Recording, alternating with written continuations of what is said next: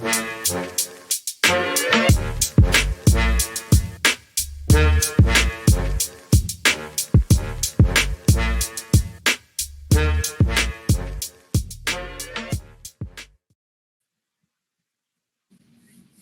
who's back again. Dylan's back. Tell a friend. It's been too long, family. Too long. I'm sorry. I get it. I understand. I know. It's my bad. We had a lot going on. New jobs, new things happening, new things moving in, new things moving out. But the assist is back. Welcome, family. My name is Dylan, and I'm the host of The Assist. The Assist is a part of the Be in the Know network. We desire to bring you closer to all things Gulf Coast sports. If you are a New Orleans Pelicans fan, you already know The Assist is the spot. Welcome home, baby. If you're a New Orleans Saints fan, we got you covered. If you're a rugby fan, if you're a New Orleans Gold fan, we got you covered. If you're a hockey fan, stay tuned. Hockey coming to the city soon. LSU, Tulane, Roll Wave, the whole nine, whatever you are a fan of within the Gulf Coast, we got you covered. This is your one-stop shop. And if you don't know, now you know. If you don't know, now you know. We are so back. I missed you. How you doing? How your family doing? Like we say in Louisiana, how your grandmama doing? How everybody doing? We got a fun, jam-packed episode today. Obviously, everybody knows that it is free agent season. But before free agent season took place, we had a monumental night at the NBA draft where the Pelicans did something that shook up the entire landscape of the draft, had the whole national media going crazy in the frenzy, talking about how Officer Joe, that's what the boy calls him, Officer Joe is doing weird stuff. There's a lot going on. But you guys know, here at The Assist, we're not just about the emotional attachments.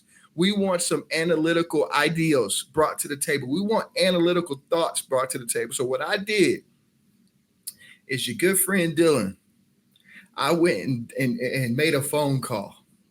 And when you're talking about the draft, you only call one crew. You don't call another crew. You only call one crew when you're talking about the draft. And this my guys over at No Ceilings. If you don't know, go and look at all things No Ceilings. The dudes are elite. But we got a different member from the No Ceiling squad today. My main man, whose mother is from the city. Don't get mad at him. He ain't been to the city yet, but he going to come to the city after this. My main man, Jam Hines. What's up, brother? How you doing? What's up, Dylan, man? Quite the introduction. I'm already feeling the love from Louisiana fans. And don't hurt me. I haven't been down there, man. Like, I'm going to definitely get down there. Like I said, mom's side of the family is from the city, so I got to get down there soon. You got to do it, brother. It's only right. And listen, you are from New Orleans and you don't even know it. See, there's a difference. There's nuance to it. You know, you got people who from New Orleans and people who from New Orleans. You might not be from New Orleans, but you from New Orleans, because New Orleans has a culture that carries with you. Louisiana in totality has a culture that carries with you no matter what state you move to. So you might not have even noticed it, but grandmama might have said something or mama might have said something one time and you was like, and that was that New Orleans, Louisiana vibes coming out of her. You ain't even catch it. But thank you so much, man, for coming on the show. How you doing, man? How's life treating you after the draft? Of course, man. I'm so excited to be on the show. Life has treated me great. I can't complain, taking it one day at a time. Get just a little bit of a breather post-draft here, but, we're still kind of debriefing from the 2025 draft and getting ready for the 26th class, and with U19's FIBA's on, so the grind doesn't stop, Dude, and y'all grind like nobody's business. Like I said to start the show, guys, if you are looking for your one-stop shop for all things draft, the No Ceiling squad got you covered. There's really not much, if there is anything, that comes out about a prospect that they haven't heard. I heard that Jam follows prospects out of middle school. He's not a creeper. He just loves the game.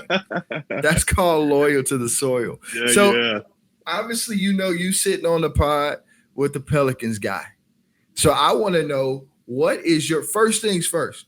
What grade would you give the Pelicans? And you can be brutally honest on this show. We don't want any homer stuff. We know mom is from the spot, but we want to know from your heart of hearts, what grade would you give the Pelicans on this draft and why? Yeah, I still want grandma to make me that gumbo, man. I'm gonna try to be nice. But I will say, I know national pundits are really all over the Pelicans, in the front office for making the trades kind of go where they win, unfortunately. But I'm going to go with the C+. I think just kind of maybe the process there, which they got slammed on, and I understand that to get there. But as far as the selections of getting 2 lottery picks, 2 of the higher upside players in the class, and Jeremiah Fears and Derick Queen, you certainly got to love that. It's just, was the price too much? And time would certainly tell. And, they kind of started about a week and a half before the draft, and the Pelicans traded Indiana back their 26 first-round pick to get the 23 and 25, and then the package that and their 26 first-round pick, which would either be the best of Milwaukee or the Pelicans pick, to go up to 13, So they did use a lot of firepower to get back to Derick Queen, especially in a draft where it's going to be some projected superstars at the top and to be pretty deep as well. And just to try to give a little bit of the other side for the Pelicans and kind of make that case for Officer Joe, as you say, and Troy Weaver. I got to defend my guy from the DMV as well too. So I'm going with Orleans and DMV. But with that, I think it's just a bet on Indiana. They still believe Indiana is going to be pretty good. May not be top 3, top 5 in the East with Halliburton out, but I think they still believe Indiana will be back in the playoffs, and they will be a team that's going to be selecting probably outside lottery, late lottery. And I think it's also a bet against Milwaukee as well, the hope that Giannis would stay and that team makes the playoffs and they're productive as well. So you're hoping that pick lands outside of the lottery, somewhere in the 20s. But then I don't have to tell you, with the injury history, with the top guys there and with Zion and other things he has going off the court, unfortunately, and then also with the emergence of Trey Murphy, who's been outstanding, but still coming off some injury as well. Just not having control over your own destiny in a class that could be very deep and superstars at the top, and Cam Boozer, AJ Dabanta, and also Darren Peterson. So potentially not being that top 3, top 5 mix. If things kind of go sour with the Pelicans, I think that's what the concern is. That's a great concern, and thank you a lot for rehashing my traumas, Jam. I thought we were friends. You had to bring up the injury history, and that's a valid point, right? You're giving a valid point, and you kind of obviously opened up the biggest bomb of the draft night outside of the Ace Bailey situation, which was our trade. And so when you look at our trade, yes, we talk about the draft picks. Yes, we talked about what the Pelicans got rid of and things of that nature. Let's talk about who they got back. Let's talk about Derick Queen. What for Officer Joe Dumars, as I say, to give up 23 in this draft and your pick swap in next year's draft? He had to have seen something monumental in Derick Queen. What do you think he saw in Derick Queen that made him believe this guy is worth me not just giving up something now, but also giving up probably our most prized possession of the future? Just one of, if not the most skilled big man in the entire class. And that's something that you probably won't get next year as well, too. Especially if you're getting really outside that top 5. And with Derick Queen, looks every bit a part of that modern big, except for the shooting part, which there has been some touch flashes. And he started to really shoot the ball a little bit more in the postseason, those 2 conference games in the Big Ten, and also the 3 games that had the NCAA tournament as well. But you're getting just a guy at 6'10", 7-foot wingspan with ball skills like a guard, can face you up, attack from the perimeter, excellent footwork, can score in the post, the face-up game in the mid-range with a ton of moves and the craft. So you're getting someone, an offensive weapon, guy who can be the hub of the offense with this playmaking and vision as well. And then that kind of just really turns you to the defensive end, which he gets a lot of the criticism, which is understandable. He's not the most explosive of athletes, not the quickest laterally as well. So I do get that. But what I have seen from him, and also watching him on the AAU circuit with Team Thrill in Baltimore, so here in the DMV area as well, too. So watching him play for several years prior to him getting to Maryland as well, the defense, there are some really good tools there. Like I said, he's 6'10", 7-foot wingspan. He has quick hands. There's some flashes of mobility. He will get out and move his feet, but it's just about being locked in. And that's kind of what happens with not just young players, but really any NBA player. You know, we love the offensive end, but it happens. Especially when you're an offensive hub, you kind of slack on defense. So it's going to just be about him being engaged on that end and kind of becoming a neutral defender at least. So, you know, he's going to be offensively tilted type of guy. And I really just believe, and you obviously please give me kind of the feel for the Pelicans base as well, in your opinion. I think just the selection with him there, it's like, all right, so how does this exactly fit, which I'm questioning too, next to Zion, or what does it look like next to Messi as well? Personally, I think Queen is best fit at the 4 spot, and having a guy like Messi who can erase some of the mistakes at the rim, who has shown some really good promise after his rookie season, you know, thrown right into the fire. And I thought shined for most of the season as a rim runner, play finisher, and shot blocker. So him being able to play next to someone like Messi, I think is great. Messi may not be the long-term position of the 5 for him. We'll see what happens with that. But when you really have Zion at the 4 and then Queen at the 5, it's going to get really interesting what they want to do with the infrastructure, the defense on the back line. No, that makes total sense. And this is an ideal I have, and excuse my dog barking in the background and my daughter laughing. And it's just when daddy closes the door, mommy makes it a point to try and figure out a way how to throw daddy off. She actually enjoys it. But anyway. Keep you on your toes. Yeah, always she has to. That's what, look, I'm locked in. You see, I didn't break. I'm locked in right here. But so and this is going to shock you. I see Derick Queen as the small ball 5. I know you're like, but isn't that Zion's job? No.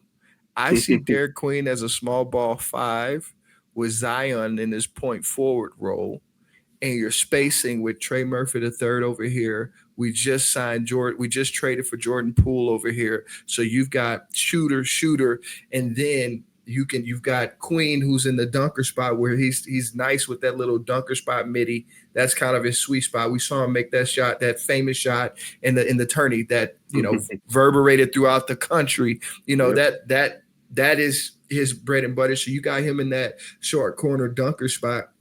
And then you've got Herb floating. Herb is the corner merchant. So you could put Jordan Poole anywhere, and you got space. And then you're able to navigate. Maybe I just said 5. 1, 2, 3. No, that was right. And then you're able to make. You never know. Or you can run a PNR, PNP with Zion. So you've got that pick and roll, pick and pop, because they both are roll threats. I think Queen is sneaky athletic. Now he's not like dunk on you athletic, but if he is a drop step dunker from what I saw in his highlights. Was he like that in college, in high school, and you see him in the DMV area? Was he like a drop step punch guy? I know he ended up transferring to, was it Mount Verde? I think he ended up transferring there with Cooper Flagg and the squad. But did he show signs of that in high school? He did show some, especially as he's gotten in better shape. You see him just a little bit more mobile, a little bit more bouncy, and that's still some of the concern. But he does have that nasty in him, that Baltimore in him. He's going to grit and grind. He's going to compete in the post. And when he has opportunities to dunk the ball, he certainly will do that. And that's definitely something he's going to have to continue to do, go up strong, use his touch, and use all the different types of craft and touch finishes that he has at his disposal. And I'm so glad that you brought up that pick and roll combination with Zion and Derick Queen, because I think that's going to be a lot of fun. And I'm really looking forward to seeing them explore that, because one of the great things about Derick Queen and watching him, his ability to be the pick and roll handler and the screener, to be able to play the inverted pick and roll. So you have him bring the ball up court. You have Zion setting the screen. Derick can make that pocket pass. You can get downhill. Or if Zion goes into it, he sets the screen, and Derick do the short roll, make a play out of that, whether it's finding Murphy in the corner, someone cutting, or using that footwork spin, give him the jump hook, right hand, left hand. So there's some really fun offensive possibilities there. And I do think that will be their closing lineup with Queen at the 5 and then also with Zion at the 4. I do think that just puts more pressure on Zion defensively, which one thing I did like about him coming out of Come Duke with on. his Come on. ability to be able to be that help guy to protect at the rim, to Yeah, roam yeah. and kind of be that chaos creator on defense. So hopefully that's something that he can really tap into consistently as he try to continue to stay healthy. You know, there's a good infrastructure there Yeah. with Trey Murphy there, and if Zion, like I said, continue to tap in that, and Misi as well. So there's some really good things I think that New Orleans fans should be really excited about, despite a lot of the outside noise. Yeah, and you, Jam, I don't know how much you watched the Pelicans last year, but Zion was moving them puppies last year. He was guarding 1 through 5, picking pockets on ones last year. It's all about, it all boils down to one thing. And this is the one thing that we're not going to talk about this episode, because obviously this is about the draft. But if this one thing just so happens to happen in year 6, I believe that the ceiling is immeasurable if Zion is healthy. If in year 6 he somehow figures out how to be available for 70 games and in that playoff play-in game, it's hard for me to fathom that what I've seen him do on the floor, if he did that for 70 games with a Jordan Poole who's a champion, with a Kevon Looney who's also on the team, just signed, Mm-hmm. and the opening draft and the opening agency, 2 year 18, 2 year 16 million, 2 year 18 million. I know it's 8 million on average. So that's 16, 2 years, 16 million. With all these different pieces around him, and we're going to talk about the rest of the draft class. I just feel like it's hard. You would be hard fetched to tell me that this isn't a playoff team, and maybe you could. And listen, I don't want you to speak sweet nothings into my ear. You could be honest. You know what I mean?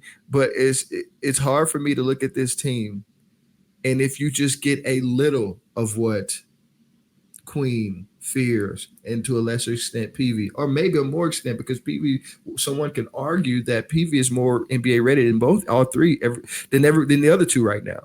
So if you could get a little bit of that and maximize Zion, I think you could.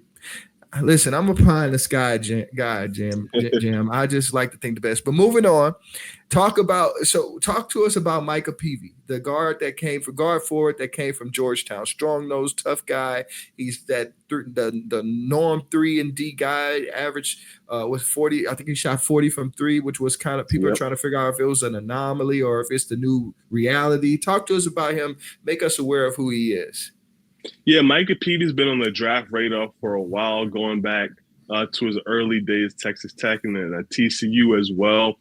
And he comes to Georgetown for his graduate year. I'm here in the DMV, so I got the chance to see Micah Peavey up close, playing a lot this year. And he just has an absolute career year pretty much across the board. 17.2 points per game, 5.8 rebounds, 3.6 assists per game, and like you said, a career best 40.3% from 3 on 4.1 3-point attempts per game. So that, like you said, that is the swing skill for him. His previous career high that he set in his last season at TCU was 31%. So you see a 9% jump, which you always want to see as a scout and evaluator, but you also kind of have your antenna goes up. It's just like, all right, like what happened here? Like, what's going on here? It's a big jump. You're excited to see it, but is it real? You know, can it be fool's gold? But I definitely think that he's made some mechanical adjustments. And it's not as just like he's shooting just catch and shoot standstill jumpers.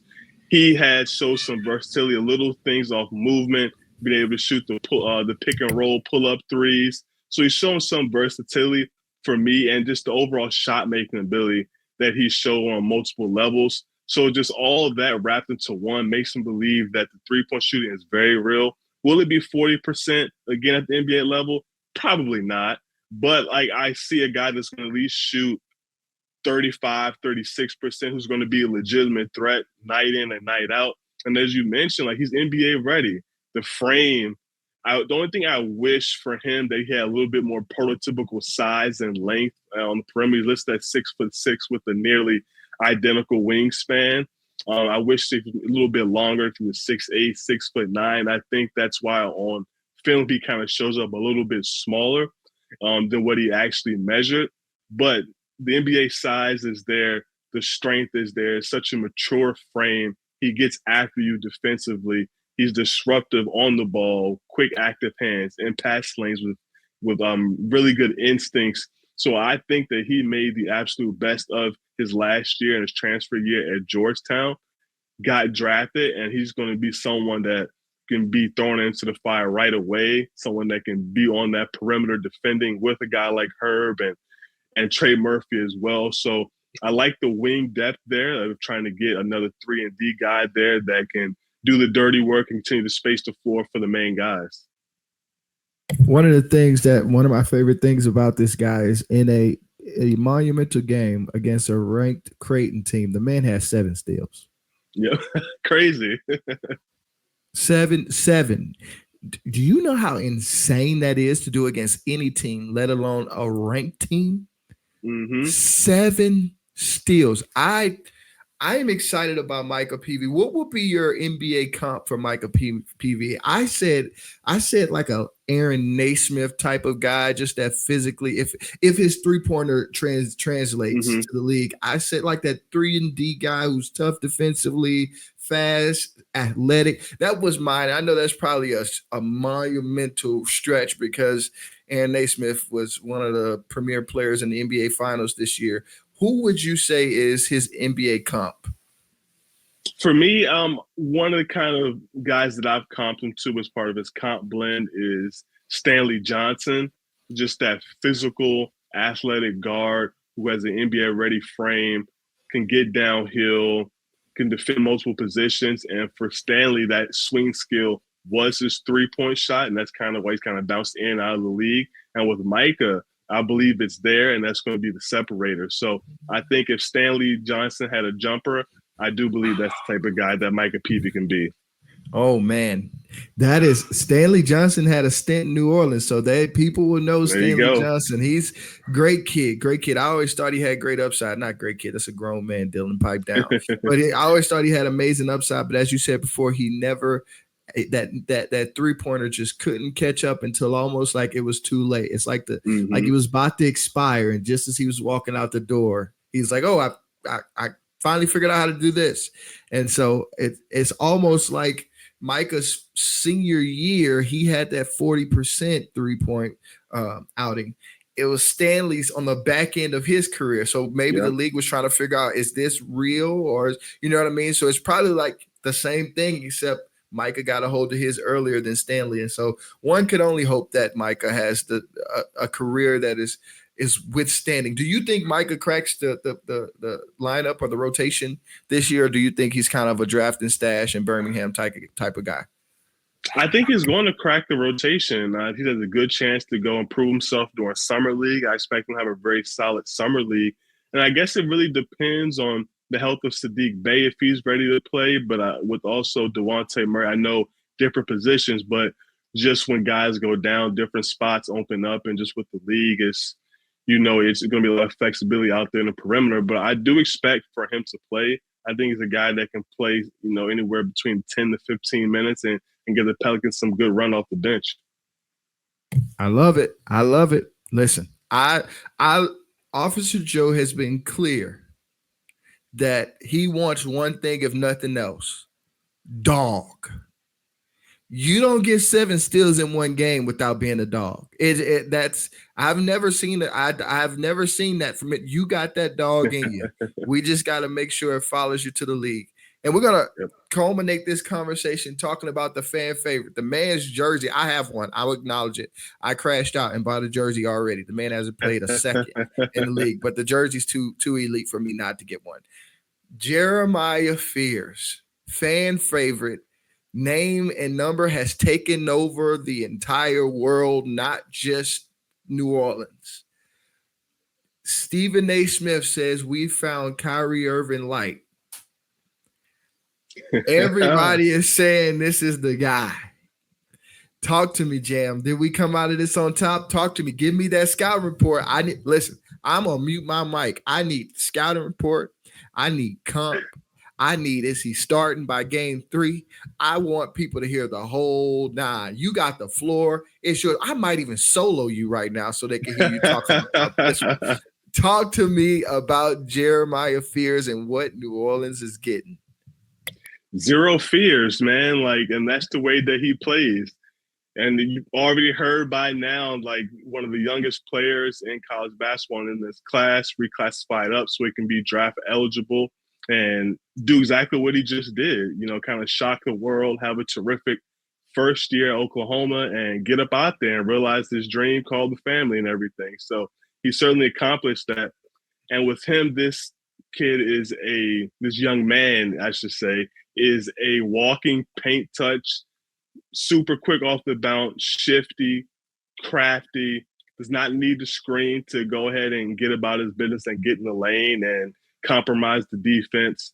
Still's growing as a finisher at the rim, but there are some good signs with his fearlessness, of course, and some of the touch that he's shown at the rim as well. The jumper is kind of the huge, it is the huge question right there. And that's kind of what I appreciate Stephen A. Smith heaping that high praise on him about Kyrie. But Kyrie coming out, it was the hand, it was the quickness, all of that. But Kyrie could shoot the ball. Like, that's never been an issue for him. Never any questions about that. And for Jeremiah, it is. But I do like the projectability with it. He's a super confident player and shot maker. So if he just didn't have the ability to like hit different pull-up jumpers, to step back, and have that variety in his shot making, I would be a little bit concerned about what the projection looks like for him becoming a reliable shooter. And with a guy like him, you aren't asking him to be, you would love if he's an upper 33% shooter, but if he's like in that 35, about league average, maybe slightly below, but he has that versatility, and it just has to become respectable to where you can't go under on him on screens where he can knock that down. And, you know, he's making the defense really, really think about what they have to do and how do they want to defend him, if they're going to get blown by, if they want to come to level up the screen, if he wants to get that switch and go ahead and dance and get to it. So I do love a lot about what he brings to New Orleans. And then the playmaking, I feel like, doesn't get enough talk about as well. He can operate once he get into that lane with drop-off kickouts. He's shown ability to be able to manipulate defenses as well with his eyes and with his processing once he's playing a pick and roll. So there is going to be some ups and downs. Don't get me wrong. It's not going to be all roses. It's going to be a roller coaster. As it's going to be with a young guard like that. I do think there's a good chance that he could be in that starting rotation. Maybe by the All-Star break, it may take some time. I think they really want to give Jordan Poole some runway, although he's not a true point guard. But he did make some strides as a playmaker and just an overall player in Washington. So I think he's going to come off the bench, be able to do his thing. And as I led over the top of the show, like, you're getting one of the highest upside players in the draft. And when you're picking in the top 10, you want to swing like that with the guy with these type of tools. And the shot making upside, like it's all there for him. And I'm excited about the runway that he should have with New Orleans. I got a question, and it just came to me as you were talking when you talked about upside. There was a player in last year's draft that I was bullish on. I was like, we got to get this guy. This guy is going to be elite. We got to get him. He reminds me of Ja Morant. He's got a jumper. He's just fire. He's got the swagger. Rob Dillingham. I want you, because that's just popped in my head, tell me why Jeremiah Fears is going to be a better point guard than Rob Dillingham. Because Rob Dillingham is projected Jeremiah Fears is projected by Jam Hines to be started by All-Star break. Rob Dillingham could barely crack the rotation even when healthy. Walk me through what separates those two and what makes you say, I'm confident Jeremiah Fears will be this because of this. Love that question. And I like the comparison with both of them. I think they're very similar players, especially in terms we talk about their strengths and their concern areas, I would say. The only thing, I'll say, the biggest separator, I do trust Rob's jumper. He was a really consistent jump shooter, and I think offensively that's kind of the separator. But you have Fears, who is a bigger player, not by much, but he is listed at 6'4". I think Rob is 6'1", 6'2". So I think that size and kind of defensive concerns for both of them, that's kind of what the holdup is for both of them. But I think the opportunity for playing time is better for Jeremiah Fears when we talked about DeJounte Murray being hurt, Jordan Poole not necessarily being a pure point guard, and they're going to have to figure out what exactly they're going to do at that point guard spot. I don't think Alvarado, maybe that's a possible starter there, but I like what he does coming off the bench. But I just think just him having that runway, he should have that opportunity right away to grow, to be able to learn on the court before Rob Dillingham does. Because it's wonderful. You can go ahead and you're in the league, you're learning off the court, you're in the film room, you're doing all these different types of things. But there's no substitute for getting on that court and learning, making mistakes, seeing what works, what you can and can't do anymore from the college level, from the high school level, what NBA spacing does for you, how much time do you have to shoot over closeouts, just how the athleticism changes, the length changes, the game plan changes. So the faster that he's able to get on the court, which he does have that leg up on Rob Dillingham, I think that really speeds up his development and will get him in a better position to be able to help before Rob really is able to. That is genius. So basically, his upside is that opportunity is there for him, whereas Rob walked into a Mike Conley situation where Mike Conley, if Mike Conley misses a game, we know that Jesus is on the main line. Tell him what you want, because it's a rarity that Mike Conley is going to miss a game. And then they had Nickeil Alexander-Walker, who they did not expect to come on so strong to start the season. And then out of nowhere, finally figured out former Pelicans pick as well. So that I'll be honest. At the start of the draft, when I started scouting the draft, obviously I'm not as great as you guys at it, but I loved Kasparas Jakučiūnas a lot. He was like my guy. I was like, I want him. I think he matches. I honestly was the lowest on Fears until we got Joe Dumars. Hopefully you didn't just hear that ding sound. Hopefully you didn't hear it because I heard it. Until we got Joe Dumars. The moment we got Joe Dumars, that shifted everything for me, because I knew that Joe Dumars, his archetype player is dog. He was a dog. He played with the Bad Boy Pistons.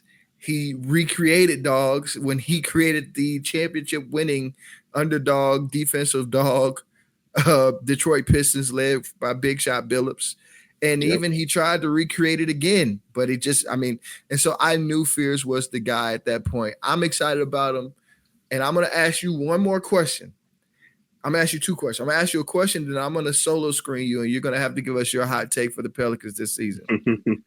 One question. Who cracks the lineup first this year and makes the larger impact first? That's a one question. Who cracks the lineup first, and then who makes the larger impact first? Man, tough question. So I'm gonna give it a little bit of a cop out. I'm gonna say both Fears and Queen come into the rotation together, but it's Queen that has the bigger impact. I think he'll have a good runway. I think with what they've done to trade, I think some of that outside noise is going to be, all right, let's make sure we really, really get him involved. And I just think with his size, the need for a big man there and what he can do, he's going to make the largest impact. And Fears is going to they both have some room to grow, but I think Fears is going to take a little bit of time with more mistakes, and Queen is going to be a little bit more steady. Fears, more mistake. Queen coming in to get it ready out the gate. Peavey's going to just kind of keep the ship flowing this way. Yeah, he certainly will. He's the one that may have the hardest time cracking the rotation just because being a second round pick. But for his profile and his archetype, the 3-and-D wing, it should be a smoother transition for him. But he may have a little bit of less of a runway. But I certainly expect for him to be playing as well too. I love it. Now I got a solo screen. You got to give me your hot take for the New Orleans Pelicans for the 2025-2026 season. Ready? The floor is yours, Jam. Oh man, the solo screen. So the hot take, Pelicans fans, I know it was a rough season with injuries, team not meeting the expectations, kind of both on and off the floor. But the Pelicans will be back in the playoffs next season, not the play-in, the playoffs. They will be back in there with Zion and Trey Murphy leading the way. And then I'm going to give you a companion hot take with this. Derick Queen will finish top 3 in the Rookie of the Year, and he will be an important factor in the Pelicans getting back to the playoffs this year.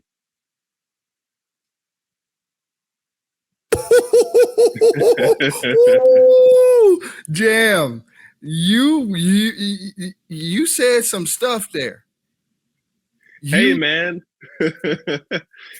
I'm feeling. I'm feeling. I'm smelling that gumbo, that great food down there, and I just think, man, health. Of course, everyone needs the good blessing of health, but if everyone is healthy for the majority of the season, why not? The talent is there. The talent is certainly there. The defense has to get there, but the offensive talent, the collection is certainly there.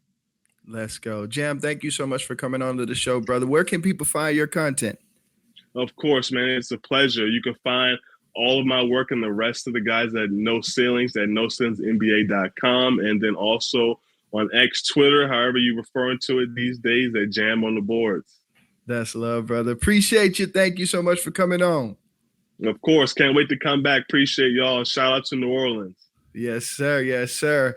There you have it. My main man Jam just came and dropped wisdom on us. He thinks Derick Queen is going to finish top 3 in the rookie voting and is going to play a monumental role in the Pelicans getting back to the playoffs. Cue the playoffs. Playoffs?